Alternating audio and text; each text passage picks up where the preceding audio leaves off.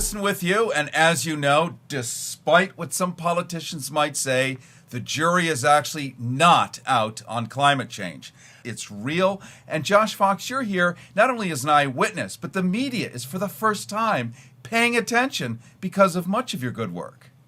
Thank you for saying that. I mean, I think, I was a person who got completely sucked into the battles against the fossil fuel industry, not because I was an environmentalist or a full-time campaigner, but because the fossil fuel industry basically came knocking at my door in Pennsylvania, finding, yes, water contamination, air pollution, health crisis, people who could light their water on fire. And then that led me to 25 states around the United States, to the largest drilling campaign in history, watching this incredible, rapacious industry destroy people's lives, destroy people's farms, destroy watersheds. That became a film called Gasland, went to Sundance, got on HBO, was, like you said, nominated for an Oscar, seen by probably 50 million people in 30 countries. And that prompted me to make Gasland 2, which was an investigation into our government. It was like, well, if everybody knows about fracking, why isn't the government doing anything about it? Oh, that's the good question. Gosh, why isn't it? And then that pivots nicely into your latest, which is on HBO right now, on demand, available absolutely everywhere. How to love the world and let go of all things climate can't change. Almost kind of the other way around. How to let go of the world and love all the things climate change. Yes, thank you. That's okay.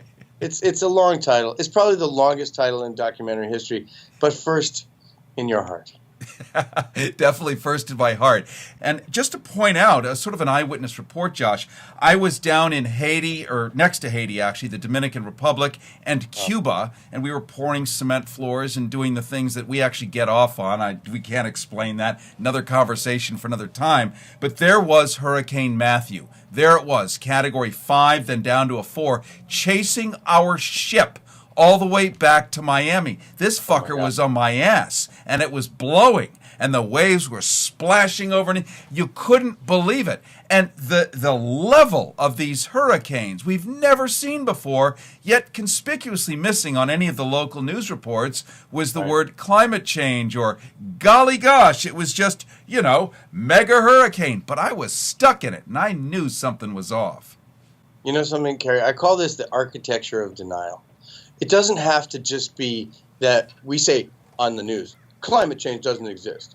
No, the denial is in the very architecture of the way that the mainstream media broadcast works. I was watching CNN not so long ago, maybe 6-7 months ago. I don't watch CNN that often. Probably the last time I watched it was because I got stuck in LaGuardia Airport going to Winnipeg. I couldn't take the train as I wanted to because there was no train. That would have been a climate responsible thing to do. Instead, I got stuck at LaGuardia Airport 5 in the morning watching CNN. Their whole morning slate was Republican debates, then flash floods in Utah that killed half a dozen people, then wildfires in California where trees are falling and people are dodging down the mountain in their cars, and then the Syrian civil war refugee crisis. Well, there were two words that would have unified all of those stories that were never mentioned, and those two words were climate change. Flash floods in Utah, climate change. Fires in California, worsened by drought from extreme weather, climate change. Okay. The Syrian refugee crisis, not a lot of people know this, but Syria's civil war was kicked off by the worst drought in the history of the country, 5 years of no rain. Farmers went to protest uneven aid distributed by the Assad regime. He put a bunch of them in prison, tortured them. Factions started to break out, and boom, you've got a civil war worsened by and exacerbated by climate change. The United Nations predicts 800 million climate refugees if we get to 2 degrees of climate change. We're at 1.5 for all intents and purposes right now. We're facing major, major issues. And of course, the last story, the Republican debate, all of the Republican candidates completely denied climate change, as they do now, which of course indicates how in the pocket of the fossil fuel industry that party really is. Look, that's the architecture of our denial. Our media doesn't have to come out and say climate change doesn't exist. They simply have to ignore it in the middle of a whole slate full of climate stories. And you see this all the time, just like you mentioned about Hurricane Matthew. I guess it's time to get to the money shot here, Josh. The money shot, of course, would be what can we do about it? We as in you and me. It rhymes, so it must be a true statement, of course. Right. That's the American way to do it. What can we do together to mitigate this in our own ways?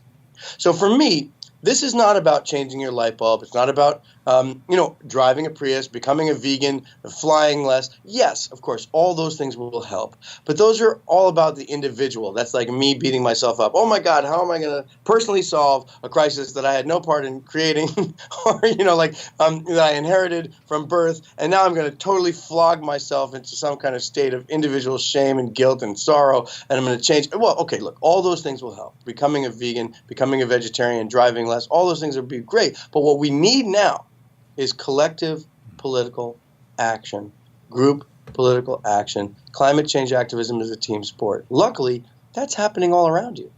You have groups that are forming, 350.org. You have LA Against Urban Drilling. I think you have LA Progressives. You certainly had an incredible momentum with the Bernie Sanders campaign. You have people who are really going out there doing the work. We are calling people to go to Standing Rock. Standing Rock is a crisis. You have a Native American tribe that's protecting their river, that is trying to stop a terrible oil and gas pipeline from going through their reservation. That is a climate change issue. You can campaign to ban fracking in the state of California. These are the things that we need to do now. Of course, once the political consciousness happens, of course, all of the things that you end up doing in your life start to reflect that in some way. But the first step for me is get out of your own way, stop being so obsessed with yourself, and get out there with a group. You might meet the most favorite people you've ever met in your whole life. I certainly have. When Bernie Sanders called me up, when Bernie Sanders called me up and said, we want you to work on fracking for us, I met these incredible folks. Yeah. I met the campaigns. I met Shailene. I met Susan. I met you. I met, wonderful folks. Greg Palast. I met a lot of people that deeply care about our government, about our democracy, about our future. And that is an exercise in compassion. You learn from them. And at a whole different level, when I got called to work on fracking in my neighborhood in the Upper Delaware River Basin in PA, these weren't famous people, but these were, some of the most incredible. I met my neighbors. I didn't know my neighbors before. I almost lived, I lived in the middle of the woods, so I didn't know my neighbors. Now I know them. I'm in the middle of a community. Those woods and those streams and those rivers are alive right now in a whole different way because I know I have friends all around, and we know what we're working for. So that's the true message of my film. Take that step, take that leap. The ground will rise to meet your foot. It's like a trust fall. It's going to catch you, but you have to take that step out of the ordinary. You got to break the trance of the social media, break the trance of the computer and the cell phone, and walk out and meet real people and do real actions. If, there are some films that might get 1 million signatures on a petition. If I get 100 people to walk out their house and do something, that I think is actually going to mean more. I think you sign the petitions and you do all those things. I want you to take action. If you're one of those people out there that is willing to change their lives, we have to do that together. That's what's happened to me. And I couldn't lie to you and say that, that isn't what's required right now. What's required is much more than we imagined, but it rewards you in much deeper ways. I will admit in my own situation exactly what you're saying, and it didn't occur to me at the time, but after you presented it this way, it's a truth. I live in the world's longest suburb. It is called Los Angeles. It is 50 miles long with no town hall, no set or anything. Starbucks. That's the town hall. That's it. I live on this, a smartphone. All my friends are make-believe, and we talk like make-believe people.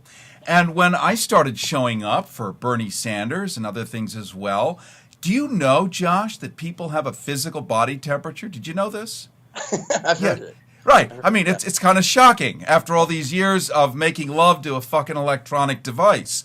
Real live people with a real live sense of humor and a real live passion. Not only that, these millennials, I know, we've seen them on the TV. We've seen them in parks on these. Guess what?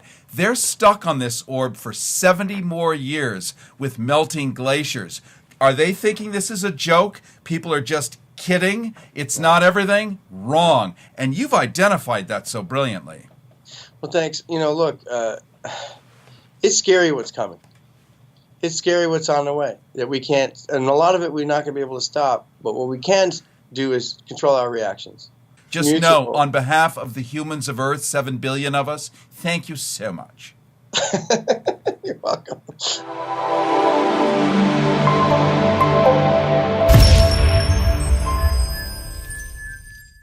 Gasland, went to Sundance, got on HBO, was, like you said, nominated for an Oscar, seen by probably 50 million people in 30 countries.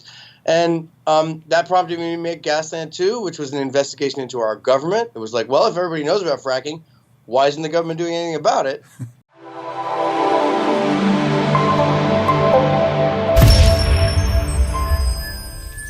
From Hollywood, this is Harrison.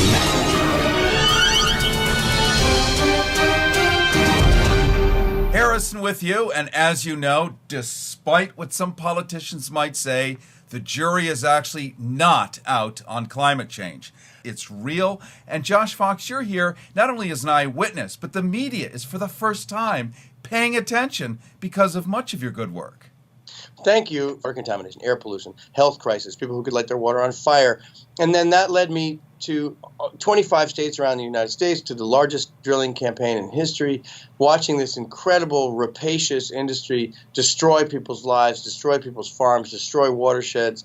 That became a film called For Saying That. I mean, I think, I was a person who got completely sucked into the battles against the fossil fuel industry, not because I was an environmentalist or a full-time campaigner, but because the fossil fuel industry basically came knocking at my door in Pennsylvania, finding, yes,